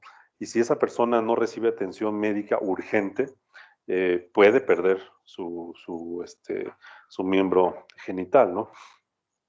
Entonces, priapismo, a correr al hospital porque pues desde aplicación de hielo o hasta extracción de sangre de los cuerpos cavernosos son parte de los tratamientos para reducir ese priapismo. Y bueno, llegamos finalmente al páncreas endocrino y diabetes mellitus, que les digo yo que quería llegar hasta este tema sin saltarlo porque es muy importante, ¿no? La diabetes mellitus junto con la hipertensión arterial son las principales enfermedades que aumentan el riesgo cardiovascular en las personas en todo el mundo y en nuestro país, pues no se diga, ¿no? Somos, en primer lugar, tristemente, en obesidad. Y nuestra primer causa de muerte en México siguen siendo enfermedades cardiovasculares, y esas enfermedades cardiovasculares son precisamente la consecuencia de pues malos estilos de vida, poca actividad física, mala alimentación, el que tenemos una predisposición genética a tener dislipidemias, a tener hipertensión, a tener diabetes mellitus, y pues si se nos junta todo, pues bueno, nos morimos del corazón. Tenemos un caso clínico. Es un hombre, en este caso caucásico, es blanco, obeso, ¿no? Tiene 66 años de edad, ya es un adulto mayor. Fue a un centro de diabetes para recibir asesoría sobre su tratamiento. Fue diagnosticado 10 años atrás en un estudio de rutina. Inicialmente comenzó con metformina, pero cuando comenzó a tener ahí un descontrol, se suspendió la metformina y se continuó con insulina. El paciente estaba recibiendo 50 unidades de insulina glargina y un promedio de 25 unidades de insulina aspart antes de las comidas. Nunca ha consultado a un educador en diabetes ni a un dietista, y se controlaba su glicemia 4 veces al día, ¿no? Es fumador o fumaba medio paquete de cigarrillos por día, ¿no? O sea, bastante intensivo, ¿no? Al examen físico, pues se encuentra una persona obesa, imagínense, 132 kilogramos. Su índice de masa corporal es de 39.5, o sea, apenas abajo de la obesidad mórbida. Su presión sanguínea es de 145/71, o sea, es una persona hipertensa. Y estaban presentes signos de neuropatía periférica leve, es decir, a lo mejor encontraron ahí que están los pies a lo mejor pálidos, pulsos venosos disminuidos, la pérdida del vello corporal, y a lo mejor hay disminución de la sensibilidad, o hay hiperalgesia, hiperestesia, etcétera, ¿no? En las pruebas de laboratorio se encontró una hemoglobina glucosilada de 8.1 y una albúmina de 3007 miligramos por gramo de creatinina, y una creatinina sérica de 0.86 y un colesterol total de 128, triglicéridos 86, colesterol HDL de 38 y colesterol LDL de 73. Entonces, lo que mencionaba hace un momento, ¿no? Generalmente van a ir de la mano la hipertensión con la diabetes, con las dislipidemias, y al final todas ellas se reconocen como un factor de riesgo muy importante para las enfermedades cardiovasculares. Eso es el llamado síndrome metabólico, ¿no? El síndrome metabólico es alteraciones del metabolismo de los carbohidratos, alteraciones de la presión arterial, alteraciones de los lípidos, aumento, sobrepeso u obesidad en una misma persona. Hay otros datos clínicos que pueden ser parte de este síndrome metabólico, como puede haber aumento de sustancias proinflamatorias en la sangre, como proteína C reactiva, algunos otros factores, puede haber trombocitosis, o sea, elevación de las plaquetas y otras sustancias. Yo les comentaba, por ejemplo, cuando vimos el tema de la respuesta inflamatoria, cómo están ahí encadenadas, ¿no? La lesión con la presentación de una cascada inflamatoria y una cascada de la coagulación. Entonces, en una persona que es diabética, hipertensa, con dislipidemias, continuamente tienen un estado proinflamatorio, aunque no tengan ninguna lesión en su cuerpo. Ellos en su sangre tienen sustancias proinflamatorias, y eso lo único que induce es a que tengan el mayor riesgo de formación de coágulos, y con ello pues enfermedades coronarias, cerebrovasculares, etcétera, ¿no? Y bueno, este paciente pues es un claro ejemplo de todo esto. En el páncreas, bueno, ya hablando propiamente de este órgano endocrino, tenemos diferentes células que van a formar hormonas. Tenemos un páncreas endocrino, es decir, el que sintetiza hormonas, y tenemos un páncreas exócrino, que quiere decir que va a producir sustancias que no van a tener un efecto biológico a distancia, sino va a ser más bien local. Y esto es, por ejemplo, la lipasa, la milasa, que son necesarias en el proceso digestivo para la hidrólisis, ¿no? De los carbohidratos, de las grasas, etcétera, ¿no? Proteasas también, en caso de las proteínas, ¿no? Entonces, ese es el páncreas que necesitamos en nuestra función digestiva. Pero en la función endocrina reconocemos en los islotes de Langerhans, que son esos islotes pancreáticos, las células alfa, beta y delta y épsilon, ¿no? Son letras griegas. En esas células alfa nosotros podemos encontrar, o más bien se sintetizan hormonas como el glucagón, proglucagón, que van a tener un efecto contrarregulatorio a la insulina. En las células beta, ahí se produce la insulina, la proinsulina, péptido C y la milina, que todas ellas van a tener actividad precisamente en controlar las concentraciones de la glucosa en nuestra sangre. Y pues las otras células, como la delta, que produce somatostatina, y las células épsilon, que forman grelina, ¿no? Y bueno, ahora, hablando de la diabetes mellitus es una enfermedad crónica, degenerativa, y que la única forma, bueno, clínicamente podemos reconocer los síntomas clásicos, que son la polidipsia, es el aumento de la sed, la polifagia, el aumento del apetito, la pérdida de peso y la poliuria, ¿no? Que es la micción frecuente, la micción aumentada de volumen. Esos son los síntomas clásicos de la diabetes mellitus. Pero la forma en la que nosotros vamos a confirmar la diabetes, pues es a través de la medición de los niveles de glucosa en sangre. Normalmente una persona sana debe tener una glucosa en ayuno no mayor a 100, es decir, menor a 100 miligramos por decilitro. Y hay una prueba que se llama una curva de tolerancia a la glucosa oral, en donde al paciente se le administra una carga estandarizada de dextrosa, que finalmente se va a convertir en glucosa, y obviamente en ayuno, y se va esto a provocar una elevación en nuestra sangre de glucosa, y a las 2 horas vamos a hacer una medición, vamos a tomar otra muestra sanguínea y vamos a contar cuánto hay de glucosa. En esa curva, una persona sana debe tener menos de 140 miligramos por decilitro a las 2 horas, y una hemoglobina glucosilada, que la hemoglobina glucosilada es una fracción, un porcentaje de la hemoglobina normal que tenemos en la sangre, que le da la coloración roja a nuestra sangre y que transporta el oxígeno y el CO2 de los pulmones hacia los pulmones. Esa misma hemoglobina va a tener una reacción con la glucosa que está circulando y forma esta hemoglobina glucosilada. Es simplemente una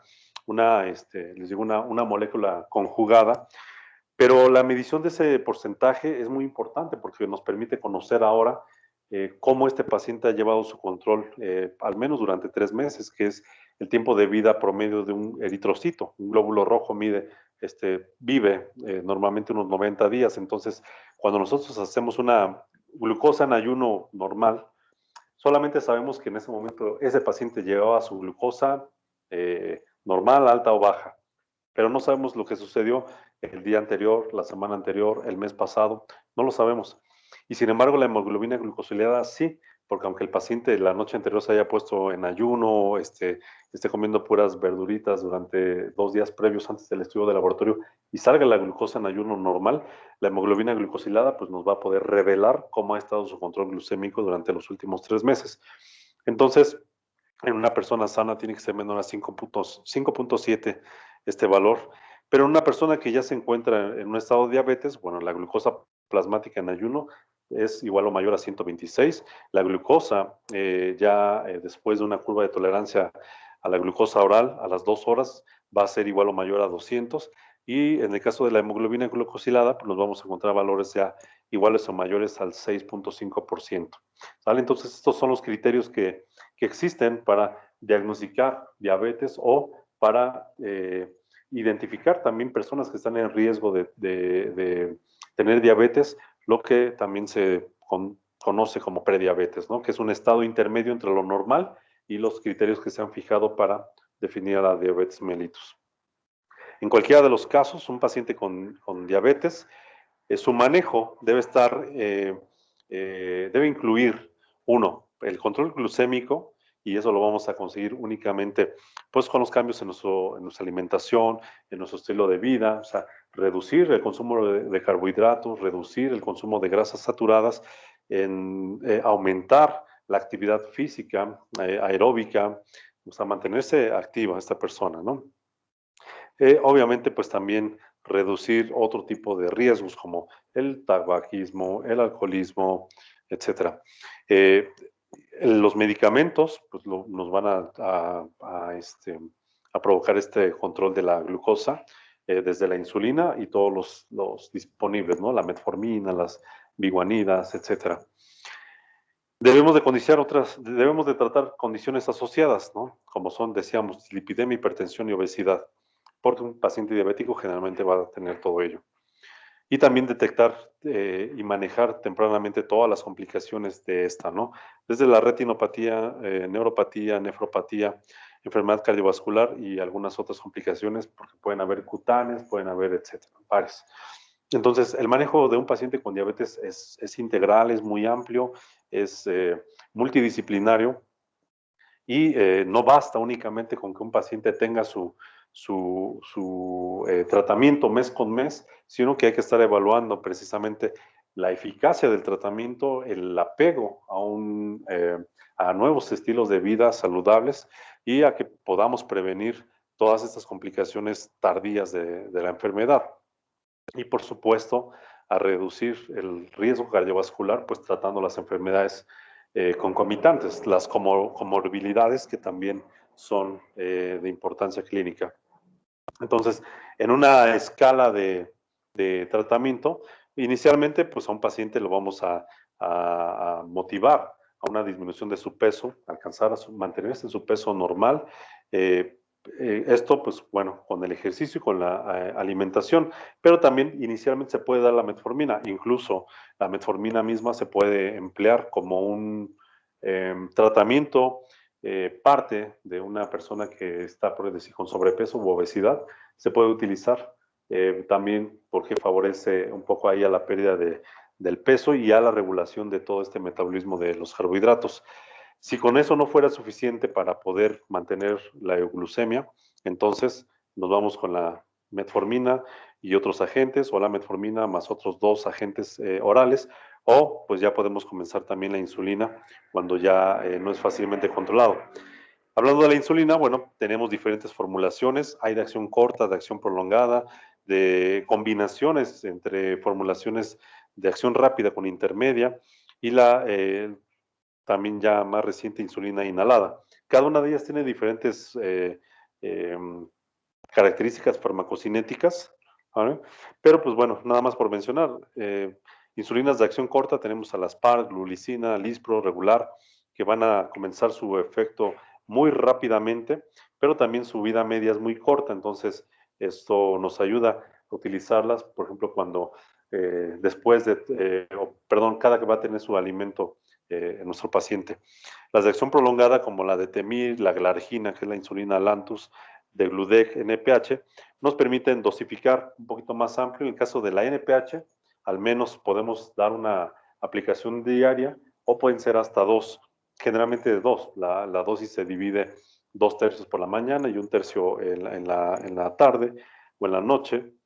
Pero en el caso de Temir, Glargina y de Gludec, se administra una vez al día, ¿vale? Son insulinas que se les llama basales. Y las combinaciones de insulina, bueno, pues tratan más o menos de mimetizar el comportamiento de nuestras curvas de insulina de manera fisiológica, pero esto inducido por insulinas análogas. Y aquí vean, pero en esta gráfica básicamente consiste en mostrar cómo las insulinas de acción corta, como Lispro, aspartato, glulicina, sus concentraciones son sumamente altas, por eso llegamos a emplear dosis muy pequeñitas, pero su efecto es muy rápido, pero muy corto. Y se van ampliando como la regular, la NPH, que es también de la más común, y las insulinas de Gludec, de Temir y Glargina. Vean ustedes que cuando se alcanza un pico máximo, se mantienen sus concentraciones prácticamente constantes todos los días después de la administración diaria. Ahora, respecto a la farmacoterapia de las personas con diabetes, tenemos, bueno, vamos a hablar de la insulina. Insulinas de acción corta están indicadas tanto en pacientes con diabetes tipo 1 como en pacientes con diabetes tipo 2. Pues nos ayudan precisamente al control del aumento de la glucosa después de tomar alimentos. Cuando tenemos un paciente hospitalizado porque tiene una hiperglucemia muy elevada, no vamos a usar medicamentos orales, no vamos a conseguir normalizar esa glucosa tan pronto, entonces ahí se utilizan las insulinas de acción rápida. Se puede utilizar también infusiones intravenosas para el tratamiento de la cetoacidosis diabética y la hiperglucemia, pero solamente a nivel hospitalario. Bueno, las de acción prolongada, por ejemplo, que son como la NPH, pues nos da un efecto basal, tanto en pacientes con insulina tipo 1 y tipo 2, y pues básicamente las indicaciones obviamente son las mismas, pero van a tener diferentes formas de utilizarlas, ¿no? Los análogos de la insulina que tienen acción prolongada, como la glargina, de Temir, de Gludec, dan la comodidad de que esa insulina solamente se emplea una vez al día y al paciente pues le resulta más conveniente, más, les digo, más cómodo, menos doloroso y solamente que, bueno, pues son un poquito más costosas que la insulina NPH, ¿no? Todas estas insulinas pues son obtenidas por recombinación genética, son moléculas semejantes a la nuestra y que solamente se les añade alguna otra molécula para darles propiedades farmacocinéticas distintas, pero todas su mecanismo de acción es el mismo de la insulina endógena, que es reducir las concentraciones de glucosa plasmática, pues promoviendo que la glucosa entre al interior de las células.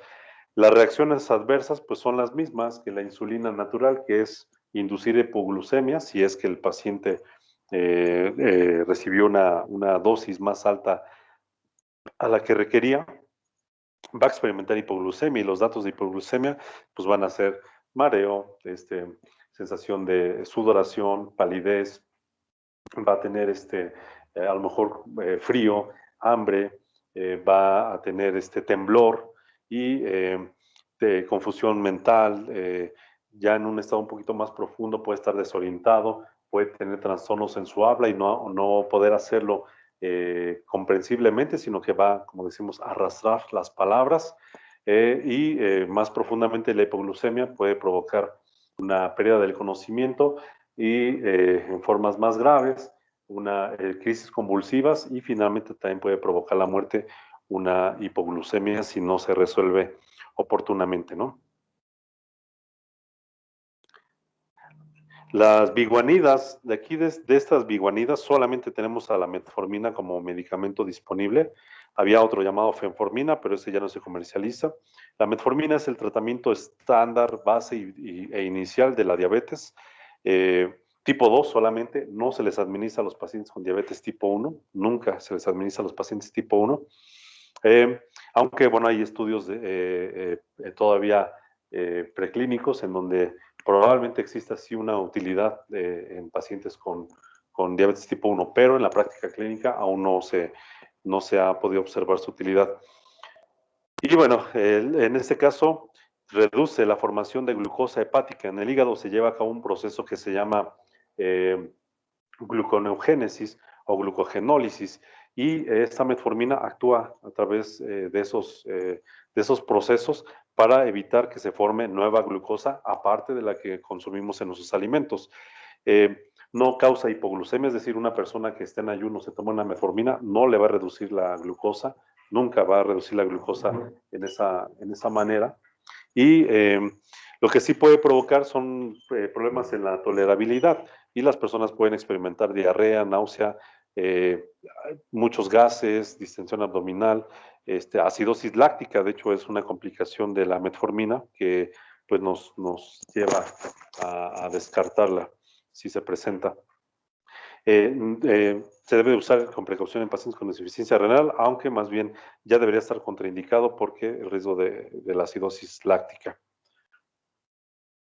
También se debe utilizar de manera con precaución o evitarlo en pacientes con insuficiencia hepática. Se puede combinar con otros medicamentos, es decir, se puede tomar de manera simultánea o existen preparaciones comerciales que contienen metformina con algún tipo de sulfonilurea o de otra clase de medicamentos antidiabéticos. Es muy barata y es muy efectiva. Siempre va a ser la piedra angular del tratamiento de la diabetes.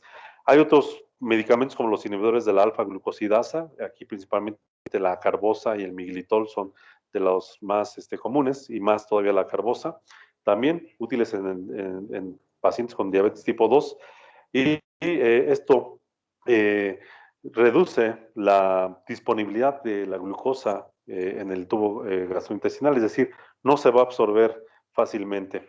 Y como permanece mucha glucosa en el interior de los intestinos, nos va a provocar también flatulencias, diarreas, se puede combinar también con otros tratamientos y reduce modestamente la glucosa, pero es muy útil, por ejemplo, para reducir la hiperglucemia postprandial, ¿no?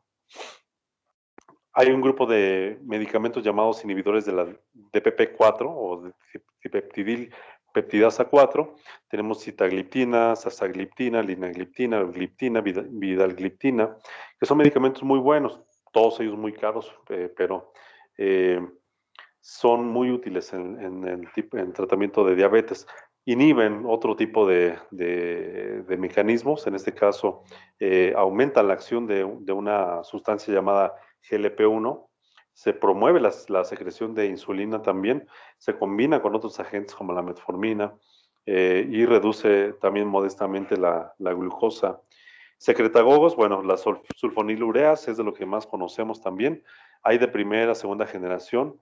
Tenemos a la glibenclamida, tenemos a la gliburida, a la glipizida, a la glicacida.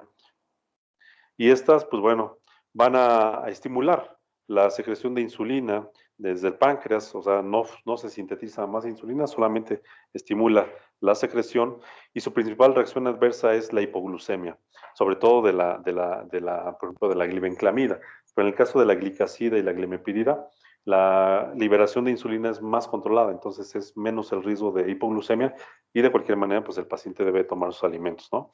Es bien frecuente que el paciente diga, después de tomar sus pastillas, porque se las toma fuera de horario, porque se le olvidó tomar sus alimentos o porque se lo toma después de los alimentos, que después de algunas horas tenga hipoglucemia porque es, les digo, esta la principal reacción adversa. Debe de evitarse en pacientes con enfermedad renal, hepática, y bueno, se pueden combinar, por ejemplo, generalmente con metformina. También son muy baratos. Tenemos otros secretagogos que no son sulfonilureas, como el de repaglinida, nateglinida, que también van a ser útiles en diabetes tipo 2, aumentan la secreción de insulina, inicia más rápido, pero dura menos tiempo que las sulfonilureas. Su reacción adversa también es hipoglucemia y también debe evitarse en pacientes con insuficiencia renal, hepática, y se pueden combinar. Los inhibidores de SLGT2 son unos fármacos que actúan a nivel del riñón y aquí lo que hacen es que estimulan la excreción urinaria de glucosa y de esta manera pues, se reducen las concentraciones sanguíneas de glucosa. Pues las reacciones adversas que a lo mejor podríamos aquí observar es que causan infecciones urinarias. ¿Por qué? Pues porque las bacterias y los hongos que crecen allí o que colonizan nuestra vía urinaria pues alimentan de más glucosa disponible y puede entonces favorecerse las infecciones. Y hay otros, las tiazolidinionas o simplemente la pioglitazona o la rosiglitazona. Estas también se utilizan, son muy semejantes su actividad con la metformina, reducen la resistencia periférica a la insulina, es decir, aumenta la sensibilidad, es lo mismo que reducir la resistencia a la insulina, pero sus principales reacciones adversas es que causan edema periférico, pueden provocar insuficiencia cardíaca congestiva, pueden provocar aumento de peso, por ello generalmente se combina con metformina, causar fracturas, edema macular. Se debe utilizar con mucha precaución en pacientes con insuficiencia cardíaca congestiva y enfermedad hepática, y se pueden combinar con otros agentes. Y bueno, los agonistas de GLP-1 hay albiglutida, dulaglutida, exenatida, liraglutida. Estos productos lo que hacen es que estimulan a las células beta para producir más insulina, disminuyen el vaciamiento gástrico, con lo cual la persona se siente llena, se siente satisfecha, entonces también reducen el apetito, disminuye el glucagón, se administran por vía subcutánea, hay formulaciones que se administran diariamente, hay algunas formulaciones que se administran semanalmente y está muy bien. Pero, bueno, la ventaja también es que a las personas que son diabéticas y que tienen obesidad, les ayuda porque induce la pérdida de peso. Las reacciones adversas que pueden provocar náusea y algo que no está aquí mencionado, pero este tipo de productos pueden provocar pancreatitis aguda, pancreatitis hemorrágica y hasta la muerte, ¿no? Solamente casos muy raros, pero sí lo puede llegar a provocar. Debe utilizarse con mucha precaución en hipoglucemia. Se pueden combinar incluso con insulina, pero bueno, estamos hablando de diabetes ya muy rebeldes al tratamiento habitual. Análogos de amilina, pramlintida, también se utiliza en diabéticos tipo 1, tipo 2, disminuye el vaciado gástrico, el glucagón, se administra por vía subcutánea, disminuye la glucemia postprandial, también se asocia con reducción del peso, provoca náusea, no se debe utilizar con agentes procinéticos y hay hipoglucemia si se administra conjuntamente con la insulina. Ahora, esto es en el caso de la diabetes, pero si tenemos hipoglucemia, el glucagón, que es una hormona que decíamos que se sintetizaba también en el páncreas, el medicamento, pues va a ser el tratamiento para una hipoglucemia interna, se administra inyectado, ya sea subcutáneo, intramuscular o intravenoso, y de esta manera se va a promover la elevación de la glucosa sanguínea y pues a la persona la va a rescatar de ese estado, ¿vale? Y bueno, otras hormonas que se sintetizan allí, el diazóxido y análogos de somatostatina, que bueno, ya vimos, tienen ahí alguna utilidad, por ejemplo, el caso de la del diazóxido en crisis hipertensiva, y el caso de la somatostatina en tratamiento de tumores carcinoides, glucagonomas, pipomas, acromegalia y síndrome de Cushing. Hay tumores, se llaman carcinoides porque secretan muchas hormonas o muchas sustancias que van a tener muchos efectos, entonces allí se utilizan también para reducir toda esa sintomatología. Y bueno, es muy amplio el tema, la verdad es que yo podría pasarme horas hablando de diabetes, me encanta tratar diabetes, pero bueno, lo importante de todo esto es reconocer que en el sistema endocrino todas las hormonas tienen un efecto biológico si aumentan o disminuyen sus concentraciones. Y si aumentan, pues necesitamos medicamentos que bloqueen sus efectos, y si disminuyen, necesitamos medicamentos que reemplacen esa actividad hormonal. Cada órgano va a tener sus enfermedades clínicas, tanto de la deficiencia como el aumento, y es importante que nosotros sepamos reconocer cada uno de esos casos clínicos para que podamos emplear el tratamiento adecuado y pues bueno, la disponibilidad de fármacos y los tratamientos que pueden ser muy útiles en el tratamiento de estos pacientes. Y pues por lo demás, chicos, les agradezco tanto. Solamente les quiero recordar que el día de mañana entonces vamos a estar dando la clase que quedamos pendientes, sistema cardiovascular. Y pues bueno, muchas gracias a todos y excelente tarde. Gracias, profe. Gracias, profe. Nos vemos mañana. Hasta luego. Hasta luego, muchas gracias.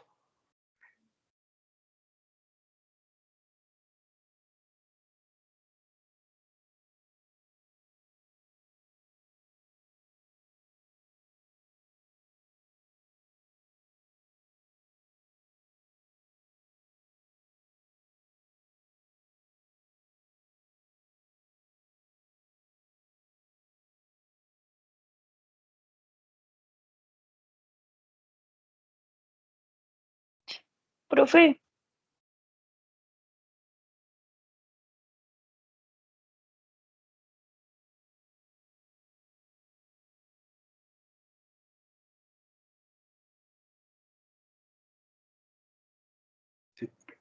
Sí, dime. le quería comentar que yo entré tarde, entré como una 20 porque no sé qué le pasó a mi computadora, pero se tardó un montón en prender y pues no pasé asistencia, profe, porque estoy en el teléfono, pero no me dejan inscribir en el chat ni mandar la asistencia. Ah, ok. ¿Cuál es tu nombre? García Gómez Araceli Itzel. Ok, pues ya con ello, lo tomamos nota y ya, para tu asistencia. Gracias, profe. ¿Vale? Gracias.